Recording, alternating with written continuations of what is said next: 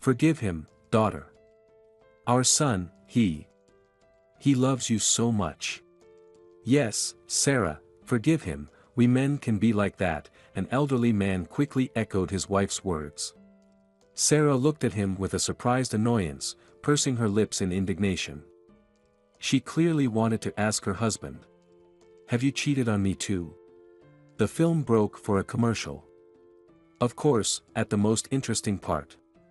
As always. Lenora smirked, tearing herself away from preparing the Christmas salad. Another one. How familiar all this was to her. Poor Sarah. She had seen this movie countless times, laughed and cried along with the characters. But today, she didn't feel festive at all. At work, she tried to appear cheerful, accepted congratulations, and responded with kind wishes. At home, there was no one to talk to. And her favorite tragicomedy felt forced and insincere to her today. She wanted to get up, wash her hands, and turn off the TV, but she had no strength left. Meanwhile, the scenes followed one another, leading the characters to the logical conclusion of the story. Everything seemed so easy and simple on screen. But in real life, Lenora felt something twitch inside her, a wave running through her heart. A bad feeling. A lowly one, like envy. She was horrified at herself. How shameful. If her husband were here now, he would undoubtedly be commenting on the character's actions. And she would be laughing heartily. Once, in the run-up to Christmas, she and Rick, who had married in the ending August of 1978, watched this movie for the first time. Back then, many things were firsts for the newlyweds. It was their first Christmas together as a family. They wanted to be alone, with no one in the whole wide world distracting them from each other. It felt like it was just yesterday. Lenora remembered how she and Rick, hugging, sat on the couch and watched the whimsical development of relationships between the characters.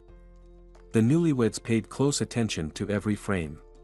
Their Christmas dinner as a young family was quite modest. Lenora didn't prepare anything special. She baked a small chicken and made a potato salad. That was enough for the two of them. How simple and wonderful life was back then. They didn't even realize how much they would later cherish that pure joy of being close to loved ones. Having jobs, health, and an endless life ahead of them. Without Rick, she couldn't even imagine her future. Being with him was never boring, and Lenora loved him, believing their feelings were unbreakable and mutual.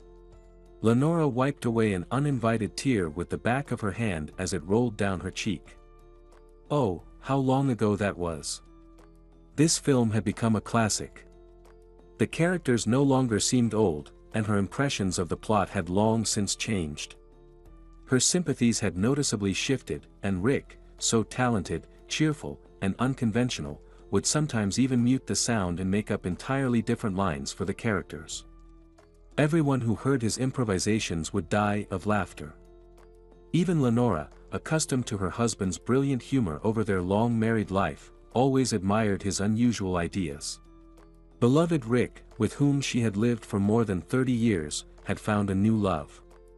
He didn't care that faithful Lenora had always been by his side, helping through the toughest times. She had taken care of his mother when she suddenly fell ill. Leaving their two small children with her parents, she moved in with her mother-in-law for 2 months to care for her. Yes, Rick always seemed like an unshakable wall, a protector. He helped Lenora cope with the premature loss of her parents. So much united them, and even their children had only strengthened their love. They had raised their eldest son Trent and younger daughter Claire, and seen them off into adulthood. They managed everything, endured everything. And now, it seemed, they could live peacefully without struggling for every penny. But then this happened. Like in a bad melodrama. Something got into Rick's head that made him think Lenora, reliable and industrious Lenora, was no longer necessary. He chose a new love. Lenora's sad thoughts were interrupted by a phone call from the phone her betraying husband had given her. Still, it was convenient. It was her son Trent calling from Germany. In the fall, Trent had moved to Germany with his young wife for work, fulfilling his longtime dream. He had deliberately set aside all distractions to focus on his career. He only started dating and later moved in with his chosen one, Deborah, after he was well established. Despite some parental disapproval on both sides, the lovers weren't in a hurry to get married, they were happy with their situation. Lenora missed her son terribly. She understood that she couldn't count on Trent returning anytime soon. He had made it clear when he left that he would do everything to stay there permanently. She didn't blame her son and his wife. Wiping her hands, Lenora pressed the call button. "Hello, my dear son," her warm maternal greeting flew across thousands of miles. "How good it is that you called." Of course, Lenora wanted to ask in detail how her son and his wife were doing abroad. But knowing that the cost of the call would be high, she didn't ask even half of the questions she wanted to. The conversation with her son, who was aware of the discord between his parents, didn't touch on his beloved father. How carefully she and her husband used to prepare for the magical holiday when their children were young. That unforgettable past which her husband had traded for the illusion of a second youth with a young mistress, almost the same age as their daughter. Oh, Rick turned out to be a scoundrel in the end, but their children turned out wonderful.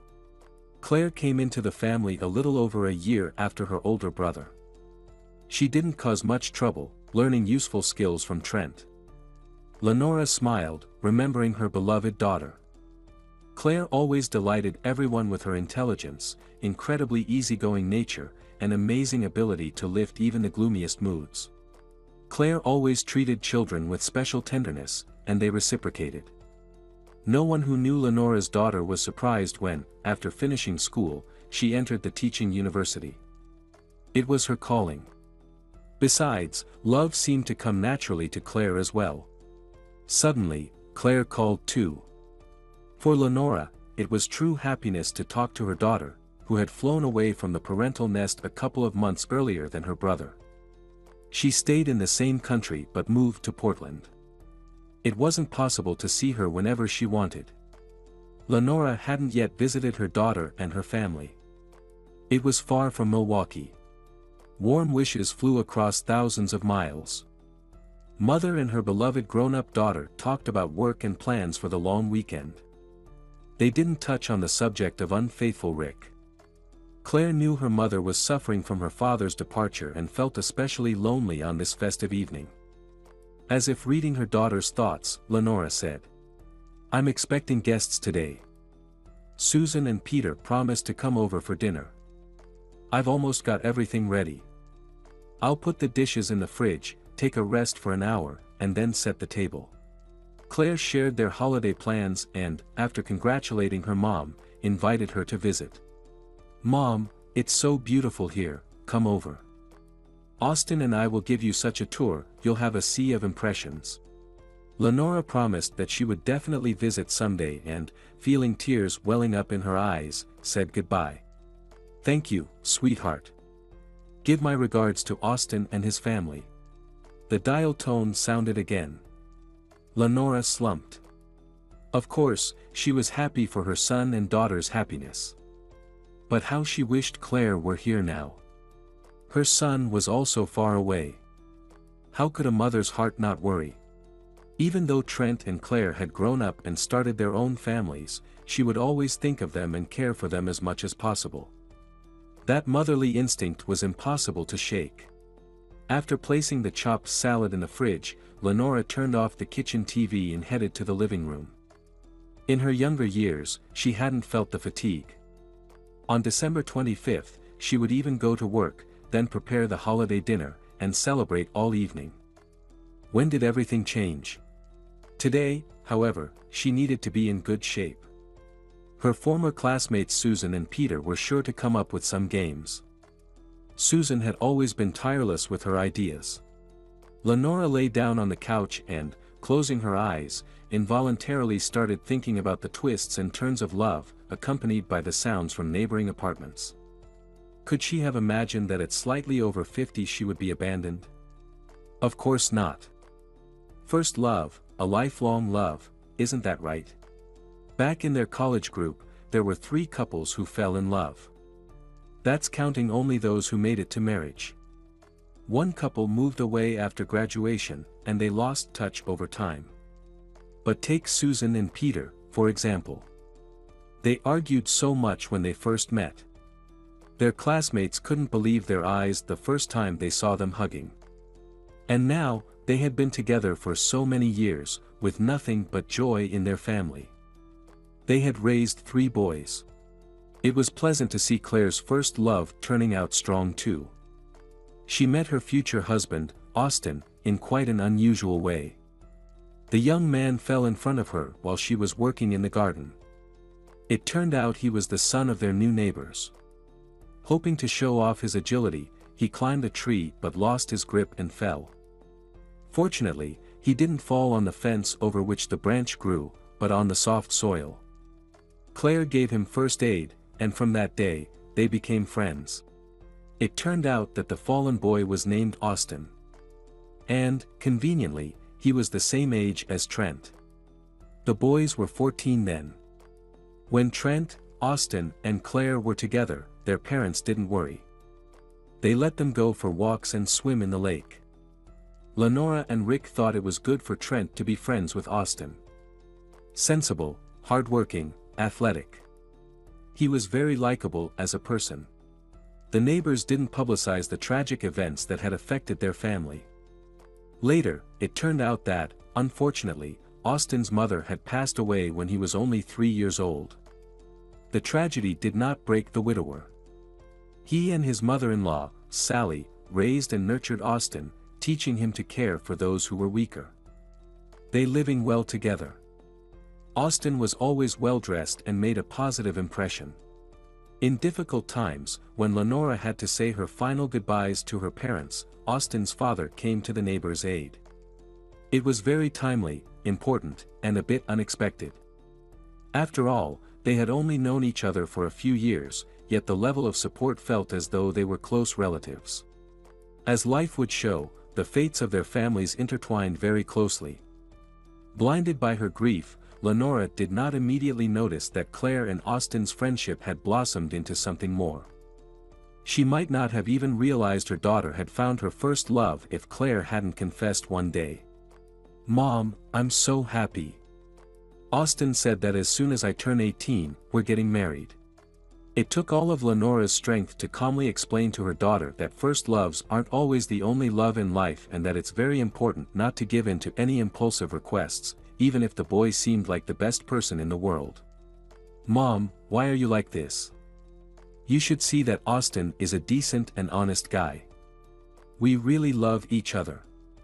Once I turn 18, we'll get married, I promise." Lenora had nothing against Austin as a son-in-law and simply asked. "All right, keep seeing each other. Just please try to avoid any foolishness, Claire." The couple hardly ever argued. Austin was already a student at the same college as Trent, while Claire was in her final year of high school. They had started preparing for their wedding when tragedy struck Austin's family again. First, the dear Sally didn't wake up one morning, and then, just a few months later, Austin's paternal grandmother needed assistance. She lived almost on the other side of the country. Austin decided to leave college and move to Portland with his father to care for his last close relative. Claire then seriously considered moving and transferring to another college in Portland. Austin said, "No, stay and finish your studies. Once you graduate, we'll get married right away and decide where to live. Teachers are needed everywhere." Of course, the 5 years of separation were tough. But Claire and Austin managed to maintain their love, and Lenora was happy for her daughter and son-in-law. It was a pity they couldn't come for Christmas. Lenora didn't know how long it would be before she could hug her son, Trent, again either. Yes, the conversation with her children lifted her spirits, but not for long. Even the prepared dinner, when she thought about it, wouldn't be as appreciated as it always had been. A rather strange Christmas celebration was ahead. The only guests would be her old friends from college days, Susan and Peter. Of course, Lenora was always happy to see them, but now, without any family around, the gathering was unlikely to bring the same joy. She could easily imagine how Susan, her faithful and reliable friend, would try to cheer her up and how Peter would tactfully leave the room to give the women some space. Usually, Rick would keep him company. But this time? How would it turn out this time? Would the guest have to sit alone in front of the TV? The alarm on her phone went off. An hour had passed while she was lost in thought, but Lenora felt completely drained. Stretching, she decided not to dwell on the past anymore. It wouldn't make things better, only worse. It was time to put the main dish in the oven and start setting the table. For the first time in her entire married life, she had to do this entirely alone. No hustle and bustle of loved ones, no jokes. Even in a nightmare, Lenora couldn't imagine a day when she would be alone in their large apartment. She returned to the kitchen, which had been arranged with so much love. She put the main dish in the oven and began moving between the kitchen and the dining room where the holiday dinners were held. Even with just a few guests, she wanted it to be cozy and beautiful. She had only just started setting the table when Susan called. Lenora had to turn down the music because her friend's voice, delivering sad news, was a bit hoarse. "Lenora, I'm sorry, but Peter is really under the weather. It looks like he's caught a virus. He's got a runny nose, watery eyes, severe weakness, and a fever. I think I'm coming down with it too, my throat hurts. I've already made Peter take some medicine and I'm trying to hold up myself. Unfortunately, Lenora, it seems our meeting is cancelled. I don't want to leave Peter alone, and I don't want to risk infecting you either. I'm so sorry this happened. But don't be sad. Remember, the Christmas evening is always a bit magical. Believe, something good might still happen." Lenora, feeling deeply saddened, replied. "A Christmas miracle? Well, Santa won't be coming to see me tonight." Susan laughed. "Lenora, don't lose hope. Believe in the miracle, and it will surely happen." Lenora sincerely sympathized with her friend and her husband, who had managed to get sick right before the holiday. The friends said their goodbyes, promising to meet as soon as they were healthy. After the call, Lenora sighed. She felt sorry for herself too. It looked like she'd be spending Christmas alone. Lenora looked around the festive table. Even not fully set, it reflected her habit of lavishly entertaining guests. It seemed like there would be only 3 people, yet she had prepared enough food for a much larger group. This was the power of habit. They used to have a big family and even more friends. Now, probably no one would understand if Lenora showed up at someone's place, even with her own food. She didn't want to spoil anyone's mood with her sad demeanor. Susan was different. They had known each other for so many years. It was a pity that so much food would go to waste. Lenora thought about what to do. She couldn't just throw it away. She could portion out the extra hot dishes into bags and freeze them. That would save time later. She could also freeze the appetizers and mini sandwiches, and then just like Rick liked to reheat. Sheesh. That's what happens when you've been together for so many years, she still thinks about him. She's getting ready to heat up sandwiches, planning to make them for that traitor, really? Let his new partner pamper him with delicacies now.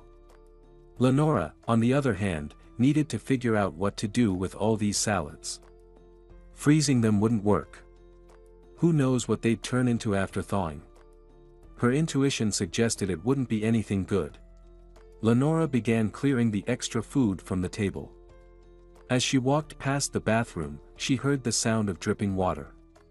Just what she needed, a plumbing emergency. Bingo. All misfortunes at once. Where was she supposed to find a plumber on Christmas? Rick had always handled these things. Call him? No way. He'd just get more convinced that she couldn't manage without him. Besides, they'd split up so dramatically he probably wouldn't even answer her call. The emergency service number was posted on the first floor, but it wasn't likely a crew would rush over for a dripping tap, especially now. Ah, the life of an independent and strong woman, getting used to being alone.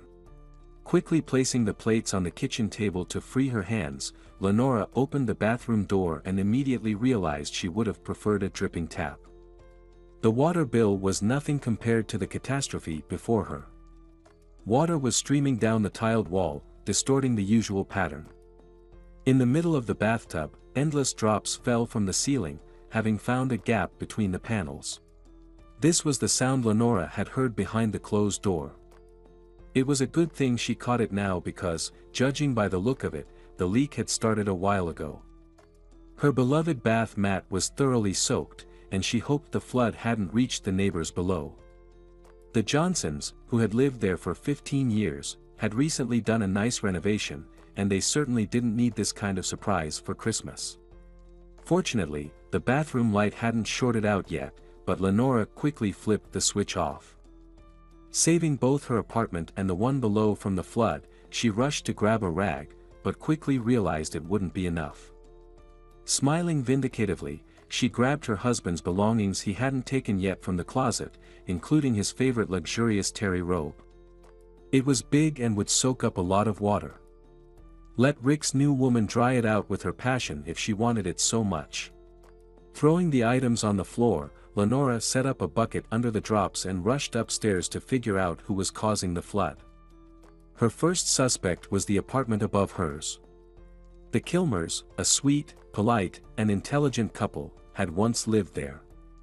They were childless, and after their passing, their niece Caroline inherited the apartment.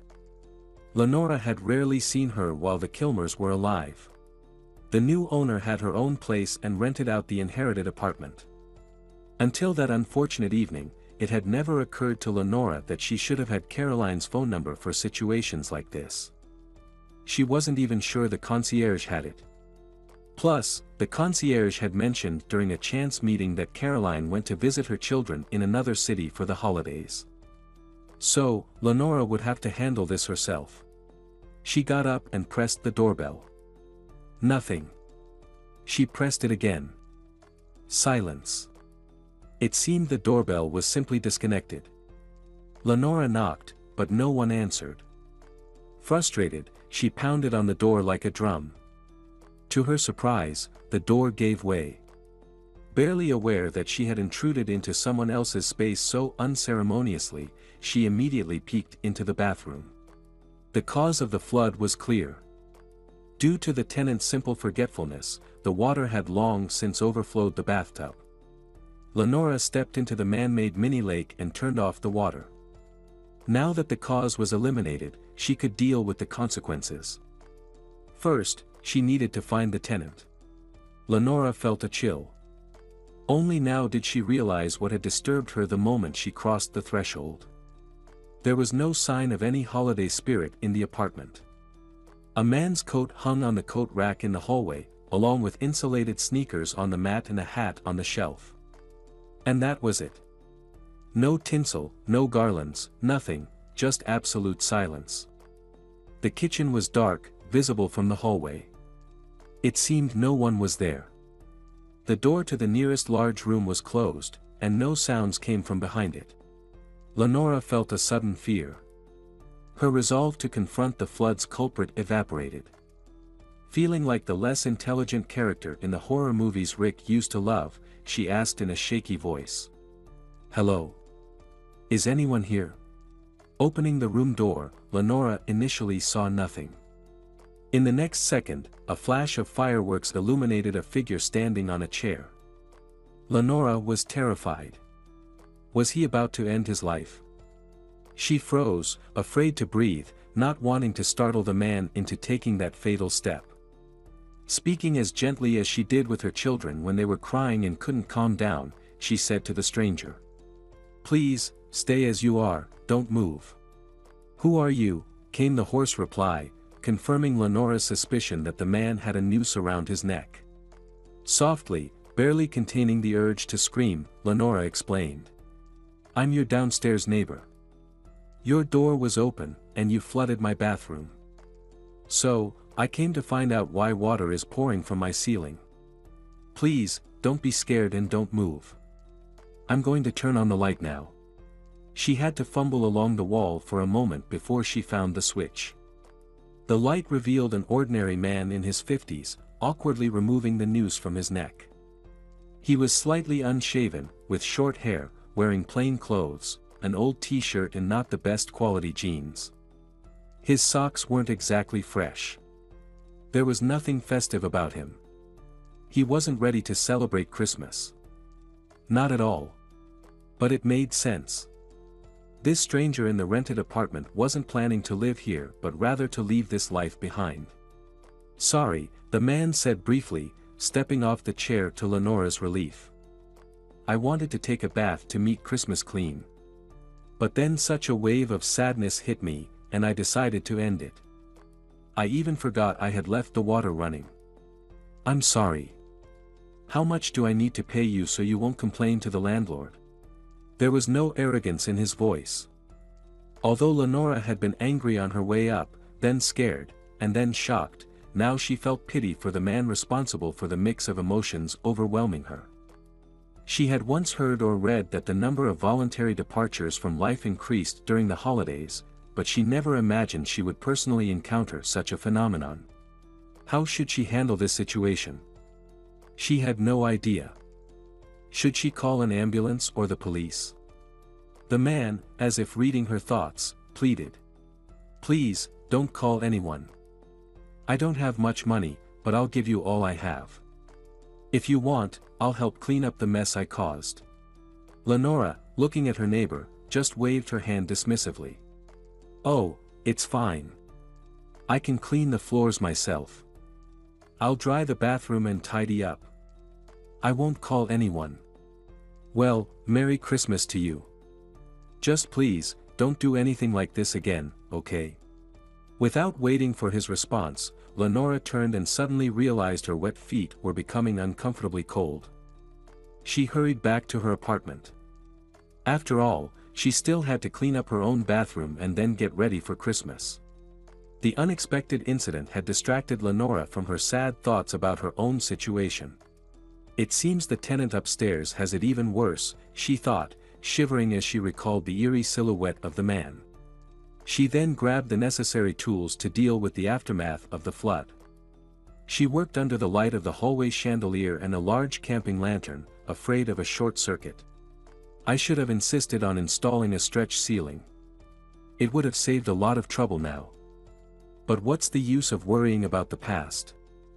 At least without Rick, I can do everything the way I want," Lenora thought, remembering the many times she had done repairs during her married life. She had to fetch a stepladder to carefully dismantle the ceiling panels.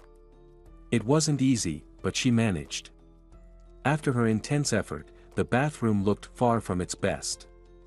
Her traitorous husband's wet clothes had done a good job soaking up the water on the floor. She had intended to throw them out, but for some reason, she hadn't. Out of habit, she placed Rick's clothes in the washing machine and selected the spin cycle. She would dry them later and pack them in a bag to return to him. Looking at the clock, Lenora realized it was time for dinner. Her back ached, her arms were numb, but there was a certain symbolism in dismantling the ceiling. It was time to change her life.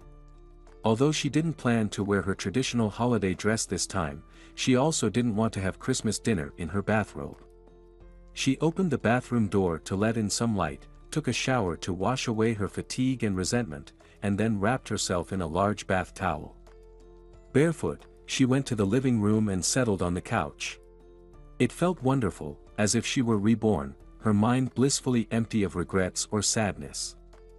The shock of meeting someone who had nearly taken his own life had worked on Lenora like a potion of forgetfulness. She no longer regretted that her husband had left her. Weaklings, that's what they were. Running away was in their nature. Of course, running away from family or life is much easier than dealing with problems, Lenora thought with contempt.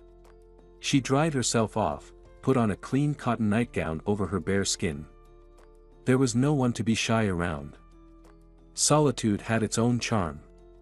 She styled her hair and was surprised at how lovely it looked. Lenora turned on the TV, found a music channel, turned up the volume, and started dancing to the lively melody, singing along to the song. I'll rest for a bit, get dressed despite everything, and then celebrate. What else can I do? Lenora had barely started applying mascara to her second eye when someone rang the doorbell. Could it be Susan after all, coming to congratulate her? That would be so thoughtful of her, like old times. The music was just right for a mini disco. However, behind the door wasn't her college friend, but that same tenant who had caused Lenora to unexpectedly redecorate her bathroom. In his hands, the uninvited guest held a bottle of champagne and a pineapple. Sorry to bother you. I'm Wayne, and I want to apologize for what I did. It was a bad move.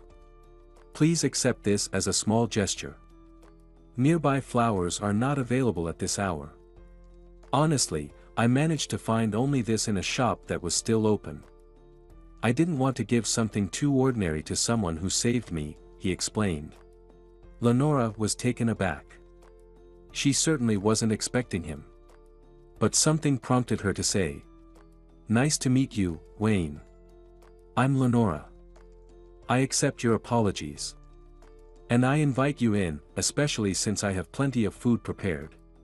Watching Wayne's hesitant expression, torn between accepting the invitation or just delivering his present and leaving, Lenora involuntarily compared him to a puppy that had appeared on their doorstep many years ago. In the eyes of this adult man flickered the same sparks of uncertainty and hope as in that small creature long ago. Thanks to the children's support, Lenora had convinced Rick to adopt the unfortunate puppy. With its floppy ears and curly tail, the dog had been endlessly loyal to the entire family. It lived with them for almost 10 years before one summer day it simply vanished. It had been lying on the doorstep and then disappeared. Despite their efforts to find it, it had vanished into thin air. Trent, Claire, and Austin had combed through seemingly every corner, posting missing posters in stores and at bus stops, but all in vain. Just as suddenly as the dog had appeared, it had vanished. Now, the guest's gaze resembled that of their lost dog. Lenora invited him again. "Well, Wayne, come in. Or maybe let's say goodbye then. It's actually getting cold for me already." Wayne, having made up his mind, finally crossed the threshold. Lenora continued to display wonders of recklessness and hospitality. "Come into the living room, Wayne. I'll quickly bring some snacks to the table." Together, they easily managed to set up a festive table. Lenora even managed to slice the pineapple into neat rings and place them on the table. It looked elegant and very appetizing. "Can you imagine, it's like you knew. When my kids first tried it, pineapple became our Christmas tradition. Only this year, I didn't bother. The kids definitely won't come visit me. But without it on the table, it felt empty," she shared. Lenora and Wayne, brought together under unusual circumstances, sat down at the table. Wayne silently cursed himself for agreeing to keep this company with this strange, bold woman. Lenora, on the other hand, was in a state of bewilderment. She had invited someone into her home whom she hardly knew. If anyone found out about this, they would laugh. They would say that Lenora had lost her mind after her husband's betrayal. Wayne, clearly feeling awkward, nonetheless skillfully uncorked the bottle and poured the sparkling drink into glasses. In the ensuing silence, in unison with the apartment's host, he offered a brief toast. "Merry Christmas." The silence lasted only a few minutes. Suddenly, Lenora began receiving calls. Several old friends wished her a Merry Christmas while she conversed, and Wayne focused on the dishes set out on the table. "Listen, Lenora, I haven't had such delicacies in ages." "Your salads are exquisite," he remarked. This brought great pleasure to Lenora. "Don't hesitate, help yourself, Wayne. I'll bring the main course soon, it's in the oven. Oh, and I have stronger drinks if you'd like." He shook his head. "No, thank you, I already feel awkward as it is." "You clearly were expecting someone, preparing so much.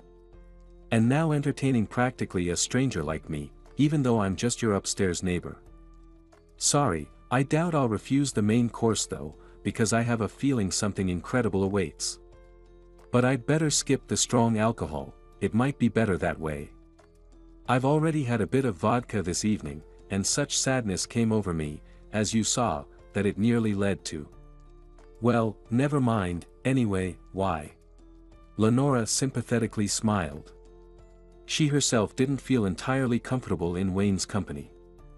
But how could she escort him out now after inviting him in? Besides, he seemed decent enough and not threatening to her. Sounds of popular songs emanated from the television, breaking the silence that intermittently filled the living room. Lenora brought out the hot dish, stuffed chicken, and asked Wayne to pour more champagne into the glasses. Perhaps it wasn't the best idea because the woman suddenly loosened up and confessed to her guest without any restraint that her husband had left her. Ah, imagine, my Rick is probably sitting with his young mistress right now, enjoying life. He promised to file for divorce after the holidays. He never had time for that before. I suppose his candy finally nagged him enough to marry him. Wayne listened politely and sympathetically. Then suddenly, he got up from the table. The host thought he was leaving altogether, but he soon returned with a towel, a teapot, and cups. I hope you don't mind, I took the liberty in your kitchen. Found some chamomile tea. It might help you calm down, gather yourself. Lenora, though over 50, sniffled childishly, took the offered towel, delicately dabbed away her tears, and gratefully sipped the tea with its gentle chamomile flavor. Wayne, forgive me, I seem to have fallen apart. I guess it's the loneliness getting to me, she admitted, then cautiously asked, you must know what that's like, right? And the man agreed.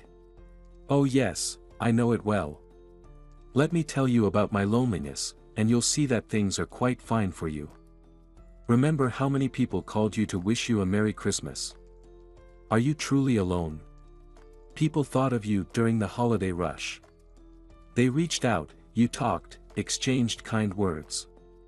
As for me, Lenora, not a single call came my way. Wayne took out his phone from his pocket and handed it to Lenora. Look, precisely 0 calls. Not a single person called me all day long. Lenora, no one, you understand. Absolutely no one cares about me. Oh, not even a text message. That, in today's world, is probably the most telling sign of loneliness. Lenora looked at her unexpected guest with surprise. So much pain reflected in his eyes. At one point, it frightened her deeply. The man poured himself some tea straight into his glass, drank it in one gulp, and began to speak. I married late, at 37. Before that, love wasn't a priority. I managed with casual relationships. Sadly, my parents didn't live to see my wedding. They would have seen through my wife, I'm sure. It wasn't me she was interested in, but my finances. I was blind to it then. I treated her like a queen, my beloved little kitten. And she manipulated me skillfully, as she pleased. I have to give her credit. She quickly learned the business, knew all the ins and outs. I won't hide it, I trusted Danielle completely. Danielle, my ex-wife. I adored her. When she announced her pregnancy, I was overjoyed like a boy. Our son was born. We named him Monty. A cherished child. I didn't know one could melt from the tender scent of their own baby, it smelled like creamy vanilla ice cream. I was ready to conquer the world for my wife and child. We were preparing to celebrate Monty's 6th birthday when everything suddenly turned upside down. Monty was at daycare, I was at work. My wife invited some fancy decorator to our home to spruce things up. What followed felt like a strange and terrifying nightmare for a long time. Danielle called me, sobbing, begging me to come home as fast as possible. She said it wasn't something to discuss over the phone. Her voice. I rushed home, breaking all traffic rules. An awkward silence filled the room. Well, Lenora's silence was probably awkward, Wayne simply remained silent. She had never seen anyone so deeply immersed in their own thoughts before. At night, my wife was waiting for me at the apartment, the man finally spoke. she led me to the decorator girl. She was lying on the floor, unconscious. Danielle explained that they had an argument. My wife's remarks had offended her deeply. In response to criticism of her work, the decorator wanted to slap Danielle. To prevent herself from being hit, my wife pushed the nervous decorator, who fell and hit her head on the marble coffee table. I don't know how much of it was true, but at that moment, I didn't doubt Danielle's words. She was crying, begging me to take the blame. She said she wouldn't dare ask this if it weren't for Monty. She pleaded for me to think about how he would grow up knowing his mother was a killer, especially since he was about to start school in a year. In the end, Danielle and I jointly decided, or rather, she gently led me to the idea, that I should say the decorator tried to hit me and I pushed her accidentally. My wife promised to corroborate that it was all accidental, and we even consulted the penal code. The punishment seemed bearable. Naively, I thought that at worst, I wouldn't get a long sentence. And Danielle? I don't even know. I had a lot of time to reflect later, and sometimes it seemed like my wife knew in advance that the case wouldn't be so simple. I was convicted of premeditated murder. The deceased decorator's influential and wealthy husband made sure of it. The deceased was simply indulging in design for pleasure, as later revealed. It wasn't even about the fee but the opportunity to showcase herself. People also said she behaved inadequately with clients, picking fights and making threats. Eventually, those rumors died down. Clearly, the deceased's patron put pressure on my Danielle because she suddenly changed her testimony. Now, according to my wife, she didn't see what happened and couldn't confirm my account that I only pushed the woman in response to her attempt to hit me. Oh well, I thought at the time, no big deal. Danielle wouldn't abandon me in trouble, she would find a lawyer who could defend me with these distorted facts. But things didn't turn out that way, Lenora. The lawyer turned out to be busy, timid, and greedy. He took the fee but couldn't do anything at the hearings. In the end, everything turned against me. The husband of the involuntary victim pulled out all the stops to ensure I got a real sentence, and not a short one at that. His money and connections were used to throw me behind bars. Despite having some defense and positive character references, I ended up with 3 years. I granted my wife power of attorney to manage the company, as Danielle had driven away all my friends during our marriage. I thought, why not endure this for the sake of the woman I loved and for the peace of mind of my son? But no one was waiting for me. Through a lawyer, my wife filed for divorce and didn't even show up for a single visit. Over the phone, she explained she didn't want to ruin her life by being married to a killer. That's the kind of love story I ended up with. I wanted to save my wife, but she betrayed me in the toughest moment. She even turned Monty against me. I got out after 3 years. By then, my ex-wife and son had moved to another city. Using the power of attorney, Danielle promptly sold my business to competitors who had long wanted to eliminate us. Well, at least something vaguely resembling a conscience woke up in Danielle. She didn't sell my apartment. So, I moved back in there. Besides the apartment, I had nothing left. No family, no business.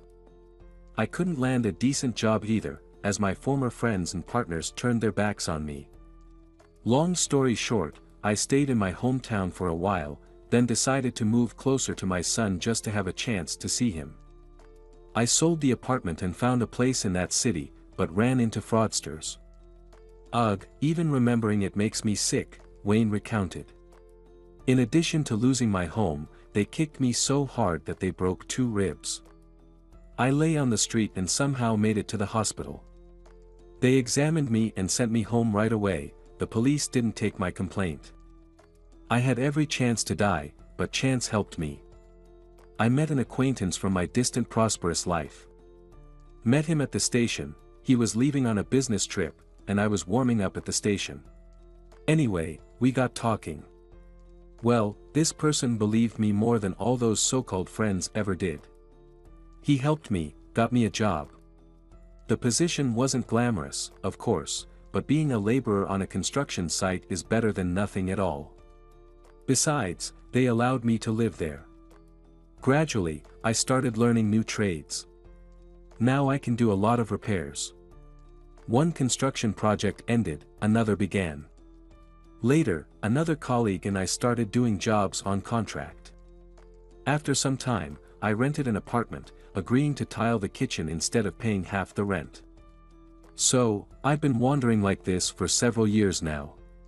Though, of course, at a fairly respectable age, I want something comfortable, permanent. The landlord of my previous apartment asked me to leave, saying he urgently needed to accommodate visiting guests, but I understand he probably found out about my past. Well, I'm not upset with him. If my only son doesn't want to communicate with me because of his mother, what can I expect from strangers? Wayne fell silent, and Lenora, stunned by his story, didn't dare to ask anything. You know what's ironic? Once in my previous life, I also considered people who had been in prison as second-rate. I believe there's no punishment without guilt. I wouldn't hire former inmates under any pretext and refuse to collaborate with them. Life taught me a lesson. Overall, I'm tired. For a while, I tried to find truth or at least oblivion in alcohol. Then I realized if this continues, there's no way out. I won't be able to be an example for my own son. I've held on for his sake all this time, but what's the use? Today, I cornered my ex-wife again, hoping she might soften before the holiday. I humiliated myself before Danielle, begged. No, not even begged, pleaded. Pleaded to let our son communicate. Knowing full well the truth about that woman's death, she acted as if I were actually the criminal, Lenora. A fool who, out of love for his son and wife, saved her from prison and got tangled up himself. Lenora, I'm so tired, I'm exhausted to the core, honestly. So I'm tempted to end it all. What's the point of walking this earth, breathing free air, if my own son considers me a murderer? Silence hung over the table again. Wayne stared at Lenora with eyes that were reddened but completely dry. Lenora understood he needed time to recover after such a soul-bearing confession.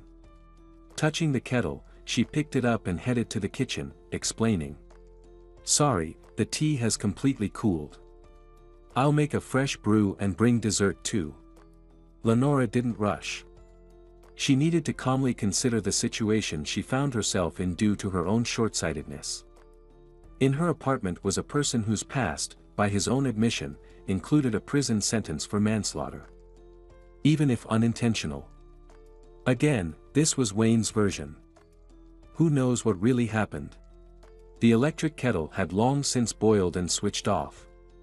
But Lenora didn't hurry to pour the tea. Carefully, she arranged homemade eclairs and portioned honey cakes on a beautiful plate. Now she could make the tea, and with the most welcoming demeanor possible, offer refreshments to a man with a difficult fate. In Lenora's living room, a strange sight awaited her, causing her to abruptly pause, trying to move almost silently. Her guest, evidently exhausted by this challenging evening, had fallen asleep, leaning over the wide armrest of the couch. And Lenora, gently, trying not to wake Wayne, placed both the kettle and the plate on the table. Now it was completely unclear what to do next. Deciding that she couldn't sleep in the same apartment with criminal, Lenora returned to the kitchen, brewed herself a strong coffee, and turned on the TV there. Flipping through the channels with the remote, she found a series and started following the screen, simultaneously listening for any sounds from her living room. Unbeknownst to herself, Lenora drifted off to sleep. She woke up in a very uncomfortable position, her head tilted on folded arms.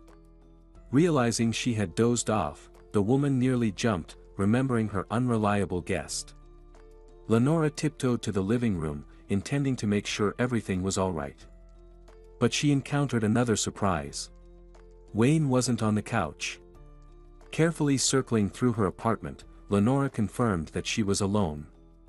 At first glance, everything was in its place. The jewelry box hadn't suffered any losses. Everything was intact in her purse. It seemed not a cent was missing from her wallet. Lenora even checked the hiding place in the kitchen.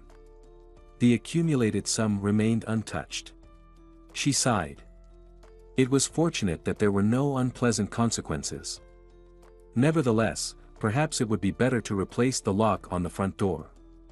Who knows, maybe this Wayne, or whatever his real name is, made an impression to make a mold and later calmly conduct a search for valuables.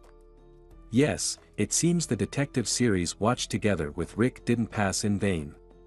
No, I shouldn't think like this, Lenora scolded herself.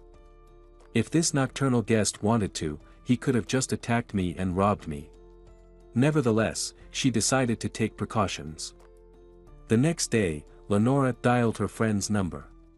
Susan, hey, can you help me out? Remember how you recently had to change a jammed lock? Can you give me the contact details of the locksmith? I really need it. Her friend became agitated. Oh, Lenora. Hi. Wait, is your lock jammed? Are you calling me now with such a problem? Are you in the building? It's best if you come to us, if you're not afraid of getting infected. I'll definitely send you the phone number, but if there's any problem, it's better to come to us. And then deal with your lock later, got it? Lenora nervously chuckled as she recounted recent events to Susan. But she kept to herself the fact that her recent acquaintance had contemplated suicide. And of course, she didn't shock her friend with information about his criminal record. However, as Lenora had noticed since her youth, Susan had a remarkable ability to spontaneously say something that turned out to be quite close to the truth. And now it seemed like she knew something. Lenora wasn't even surprised when she heard an indignant speech in response. Well, you're certainly a brave woman, falling asleep in the same apartment with some stranger, no matter what he told you. What if he's a former convict? Oh, I can't even, I'm getting chills just thinking about it. Call the locksmith urgently. Nightmare, sort out your lock so he doesn't break in. It's Christmas, he might seem all white and fluffy now, but when you relax, he'll rob your apartment. Good thing it turned out alright now. Okay, I'm disconnecting. Wait, I'll send you the number now, call right away. Don't delay. The locksmith recommended by her friend was unreachable. But after several anxious hours, Lenora finally managed to reach him. The man agreed to come over. With the new lock installed, it felt cozier and, almost palpably, safer. Dressed and with the door securely closed, Lenora went for a walk because she had neither the desire or the strength to stay home alone. She needed to breathe some fresh air, to distract herself from troubling thoughts. Evening was approaching. She decided to walk to the vacant lot where she used to go so often in the company of the indefatigable Joker, their dog Rex. Of course, much had changed there now, most of the vacant lot was now occupied by a parking lot. What an unfortunate neighborhood, Lenora thought. The unleashed dogs could dart onto the road, which used to be nothing but dirt. For a few minutes, Lenora contemplated the idea of getting a pet. Having a dog would make her less lonely. There would always be company for walks, and you could always talk to them. The only thing dogs couldn't do was reply aloud, but a single glance from their eyes was more than capable of providing support and comfort. However, the idea was deterred by the potential hassle of toilet training outdoors and the fact that keeping the place clean would require much more time. What also held her back was that Lenora still had a job, and a poor animal would be a hostage to a fairly strict schedule, with its owner absent from early morning until evening. If only the office hadn't moved, she would have been able to dash home for lunch. But just a couple of years ago, the new, ambitious, and frankly, somewhat foolish management decided that renting a place in the city center would increase profits. Now she had to spend time commuting back and forth. If only she could change jobs, just to have the chance to get a dog.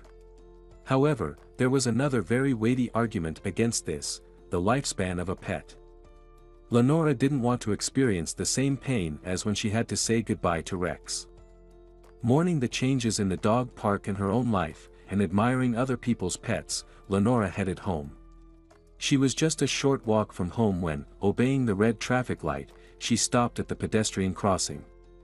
Watching the countdown seconds, Lenora noticed a figure in a dark jacket stepping onto the roadway where a car was speeding.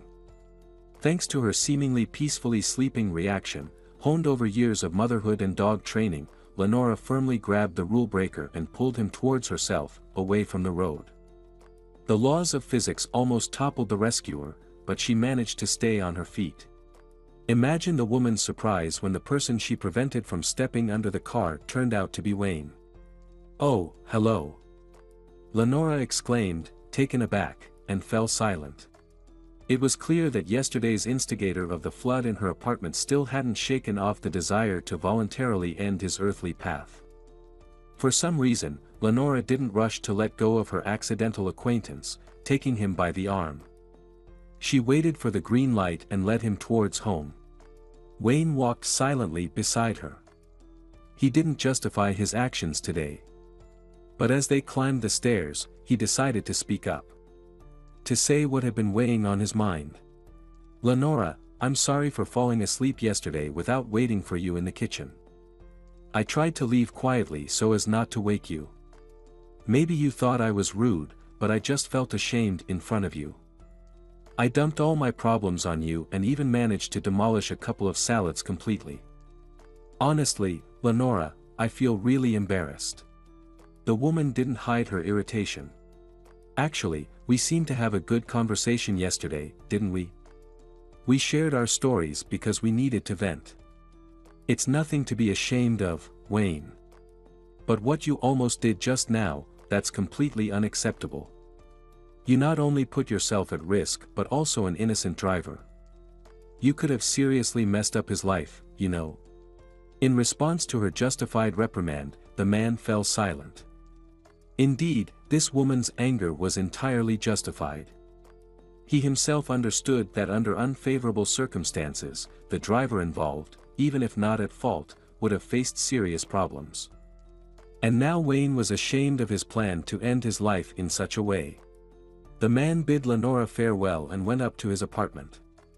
She opened her door with her new shiny key and, upon entering, quickly closed it as if afraid yesterday's acquaintance would try to invite himself in. Home was quiet and peaceful. Hungry after her walk and another emotional shock, the hostess entered the kitchen. This is what's good about the first days after Christmas. They're good with a full fridge, she thought, serving herself a salad and putting a piece of stuffed chicken in the microwave. Lenora briefly considered taking some food to her neighbor, whom she had saved, apparently for the second time in less than a day. However, after some thought, she quickly dismissed this merciful idea. Maybe he'll think that because I'm alone, I'm imposing myself on him for some ulterior motive. No way. Lenora ate, channel surfing, unable to calm herself. Her thoughts jumped from one topic to another and couldn't settle down. She really didn't feel like sleeping. Tidying up the bathroom wasn't appealing either. Enough. Eventually, the drying process probably needed time too. After the holidays, Lenora decided she'd find a company to install stretch ceilings. Considering her upstairs neighbors rent out, such mishaps could unfortunately happen regularly. A dull evening with food and television was brightened by a call from Susan, a friend who was still sniffing, inquiring. "So, what's going on with you, bravest of the brave? Did you get a handyman?" Lenora was glad. If her friend was joking, it meant she was feeling significantly better. "Everything's great," Lenora said. The friends laughed and started chatting about everything and nothing. This phenomenon always amazed Lenora. With Susan, she could talk endlessly, and the conversations were never forced. Based on a passing phrase, her perceptive friend understood that Lenora was still feeling lonely. "Listen, Lenora, why don't you remember your creative hobbies in your free time? You used to sew well and knit amazingly. Remember the beaded decoration you made for me? I still wear it sometimes, and my colleagues often ask where to buy such a beauty. Surely you have all sorts of handicrafts left in your apartment. Get them out and get busy, no need to be sad." After some thought, Lenora admitted. "Susan, today I thought about getting a dog. But then, after thinking about it, I changed my mind. Unexpectedly, Susan said. That's too bad. A dog is a cool idea. Honestly, you're great. Sure, it'll add some hassle, but it'll bring so much joy. Dogs are always happy when their owner is around. In the background, Lenora heard Susan's husband, Peter, who, of course, had overheard his wife's conversation with her friend, taking the phone from her and loudly advising. Lenora, don't listen to Susan. Dogs are so last season, what are you thinking? Get yourself a mini pig. It's all the rage in Hollywood. You'll get a friend and food at the same time. Hearing this, Lenora laughed. Peter, did you forget I live in plain old Milwaukee? I'm not on the Hollywood Hills. Why would I need mini pigs, seriously? There's no way I can fit them in my apartment. Laughing, Peter handed the phone back to his wife, and she continued her conversation with her beloved friend. Finishing the call, Lenora sincerely rejoiced that there were people like Susan and Peter in her life. Reliable, loyal, with a sense of humor. She wasn't going to follow Peter's advice. But Susan's suggestion seemed quite worthy of attention. Indeed, engaging in creative and meticulous work had previously served not only as a way to dress uniquely but also to soothe nerves.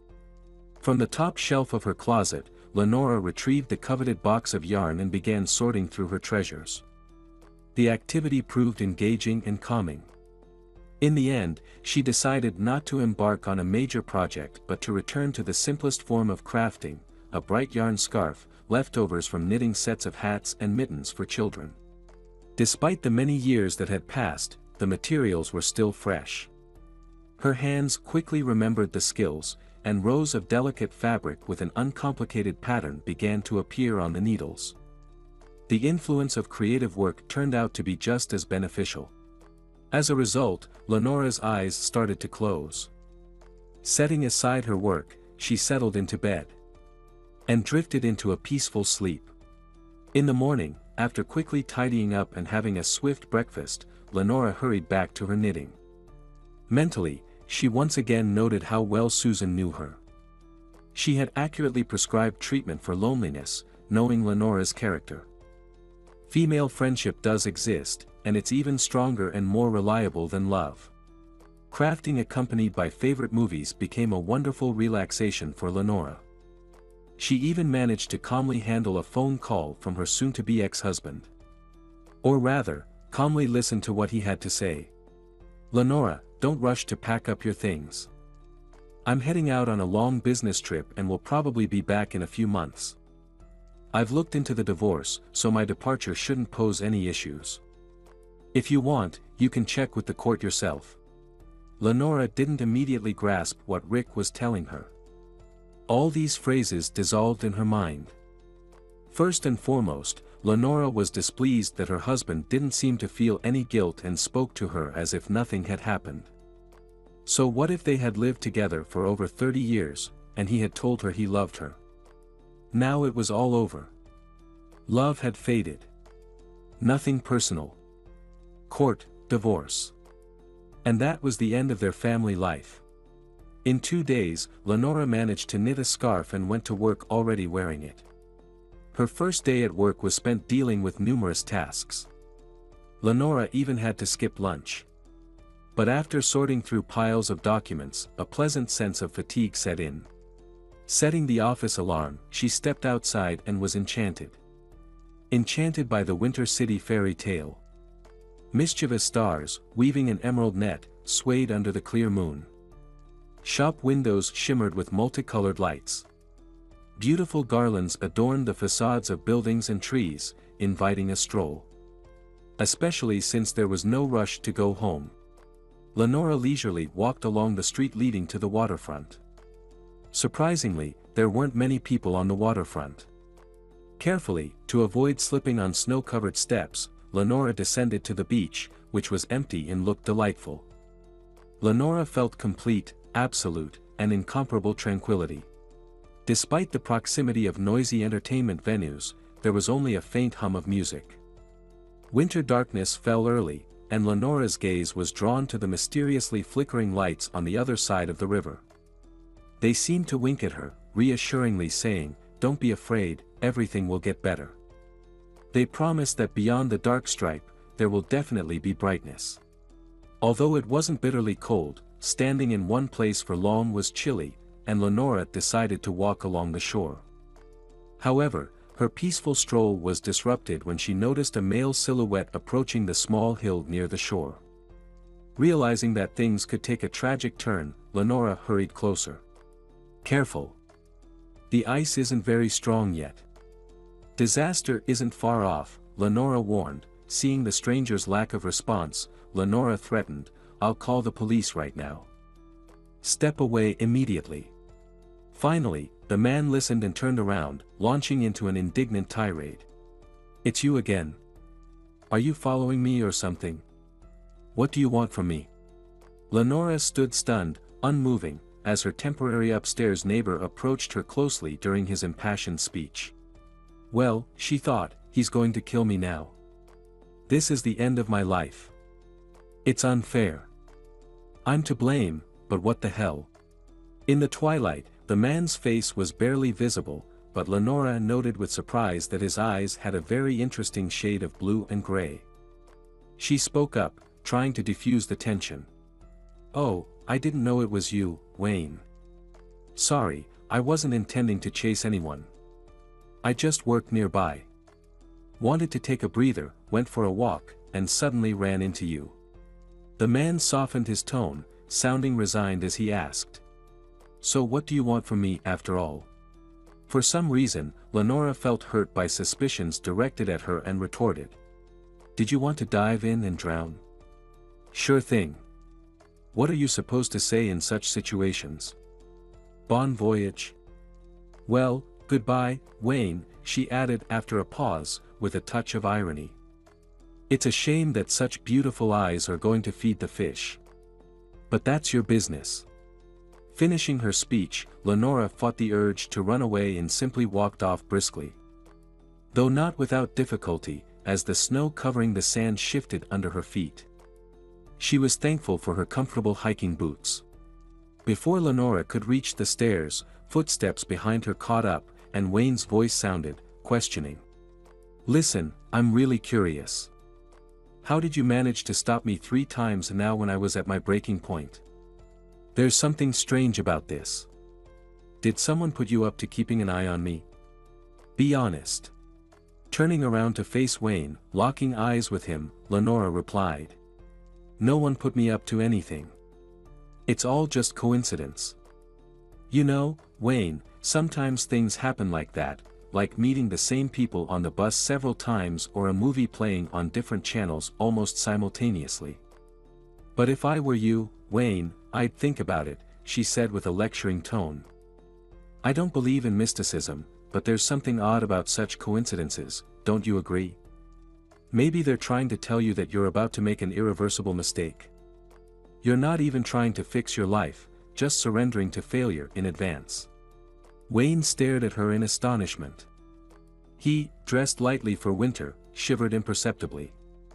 Sensing his movement, Lenora suggested, "So, shall we start heading home? Or do you want to continue our conversation and freeze completely?" He smiled in response, making his face more attractive. For some reason, in this woman's company, he felt so relaxed and natural, as if he had been friends with her all his life. It was hard to believe that any man could leave this charming, unconventional, resourceful woman. People, brought together by rather unpleasant circumstances, made it to the bus stop, where fortune smiled upon them. Soon, an almost empty bus arrived, warm and welcoming. The journey wasn't short, but time flew by in conversation. When it was time to part ways at Lenora's door, she struggled to suppress the urge to invite her neighbor inside. Really acting like a clingy one, Lenora mentally scolded herself as she stood alone. This Wayne, he's deeply wounded by his wife's betrayal and separation from his only son. So, I need to keep our interactions to a minimum. Even better, help him reconnect with his child. If Wayne realizes how important he is to his son, all these dark thoughts of a clearly intelligent and educated man will simply fade away. Not that Lenora had nothing else to occupy her time. Returning to knitting after a long hiatus sparked a desire to continue her crafty pursuits, as she called them. Yet, for some reason, she felt compelled to help Wayne return to a normal life. From their conversations, she understood that restoring communication with his son was crucial for him. By Lenora's estimate, the boy was around 13 now, the age when having an authoritative male figure around was highly desirable. But how could she arrange it for Wayne, if not constant interaction with his son, at least a proper meeting to talk without rush, without interference from others, especially the boy's mother? Would this be forcing goodness upon them? Was such intervention appropriate in the lives of strangers? All these thoughts plagued Lenora, and she didn't know what to do. Whenever she encountered Wayne in the stairwell or on the street, she limited herself to greetings and nothing more. He, too, showed no inclination to bridge the emotional distance between them.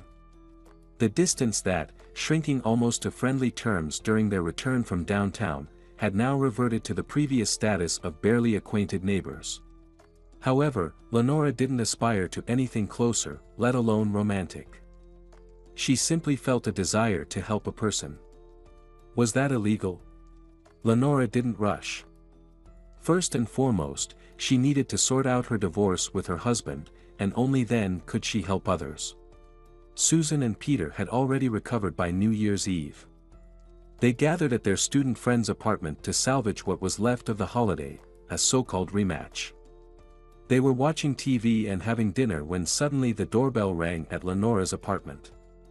The host went to see who it was and found Wayne standing at the threshold, timidly smiling as he handed over an envelope and a large package. "Happy New Year. I caused you trouble at Christmas, so today I want to make it right. There's money in the envelope for your bathroom repairs. If it's not enough, just let me know how much more you need, I'll give it to you. Not this month, though, but definitely the next. Take it, won't you? And the bag is for you too. It's groceries." Lenora was taken aback but said nothing and didn't reach for the envelope. She couldn't figure out the right thing to do. Wayne interpreted her silence in his own way and hurried to explain. "Don't look at me like that, Lenora. There's no catch, honestly. I just got paid. So, I came to correct my mistake." Worried that the hostess was taking so long to return to the table, Susan stepped into the hallway and, greeting the stranger, inquired of her friend. "Lenora, everything all right?" Yes, everything's fine, Susan. Meet Wayne, my upstairs neighbor." Feeling awkward, Wayne placed the bags at Lenora's feet, wished them well, and turned to leave. Lenora looked bewilderedly at Susan, who quickly sensed the mood and asked, "Wayne, are you really in a hurry?" Lenora just got a bit flustered, but I think she'll gather herself and invite you to join us at the table. Meanwhile, the hostess regained her composure. "Yes, Wayne, please come in. I seem to have forgotten the rules of hospitality." While Peter and Wayne exchanged introductions and conversed in the living room, Lenora and Susan whispered in the kitchen. "So, this is the neighbor who flooded you on Christmas?" Susan clarified, arranging washed grapes on a plate brought by Wayne. "Yes, that's him," Lenora replied. Susan smiled. "Listen, he actually makes quite a pleasant impression. Now I understand why you invited him over then. Not that he's conventionally handsome, but there's something about him, something intriguing. And those eyes. They're like a stormy sky. Lenora, don't hesitate.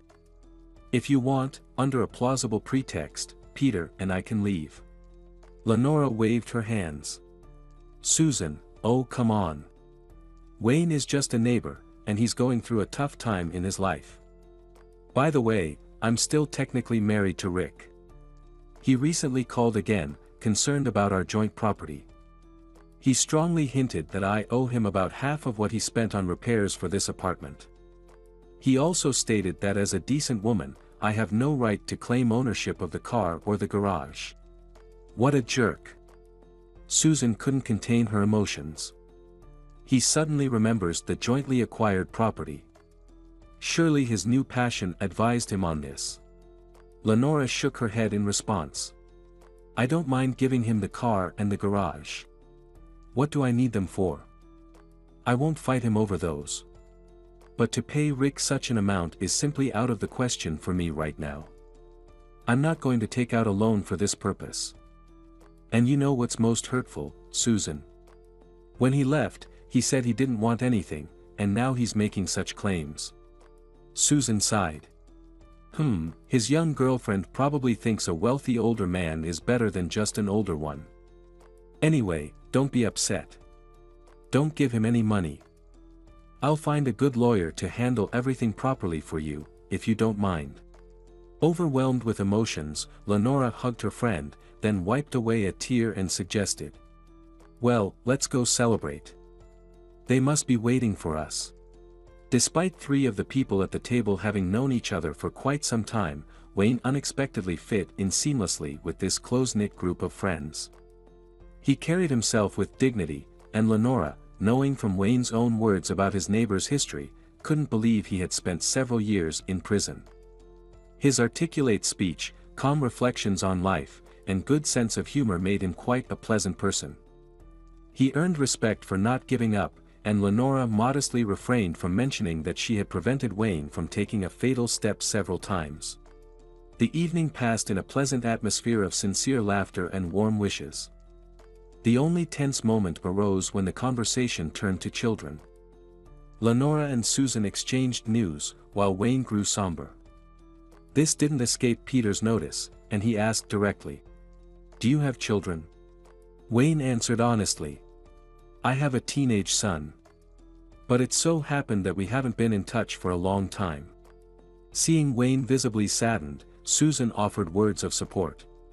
Today is a celebration. A celebration when you can make wishes, so everything is still fixable.